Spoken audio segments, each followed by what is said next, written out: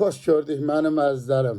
Bugün mən sizlərə şair Qaraxan Yaqubovun ata-ana haqqında yazdığı şeirləri Borçalımızın dəyərli oğlu Mustafa bəyin valideynləri, atası Fətoşun, anası Qız xanımın şərəfinə səsləndirirəm.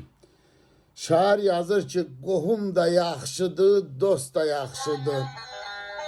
Birinci arxanda durandı ata. Her adı gününe ağlayar ana, hayat yollarını kurandı ata. Elimizden tutup cüret veren de, gayret veren de, nəsihət veren de, bize say öğretip elm öğreten de, kitaplar içinde kurandı ata. Dünya yola salıp neçə şahını, insanlar almayın ata ahını.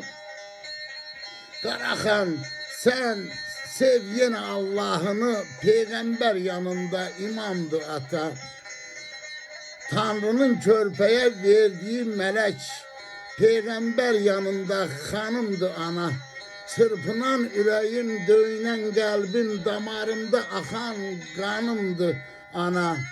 Ağzımda dilimde en şirin sözüm, amalım, kemalım, ışıklı gözüm.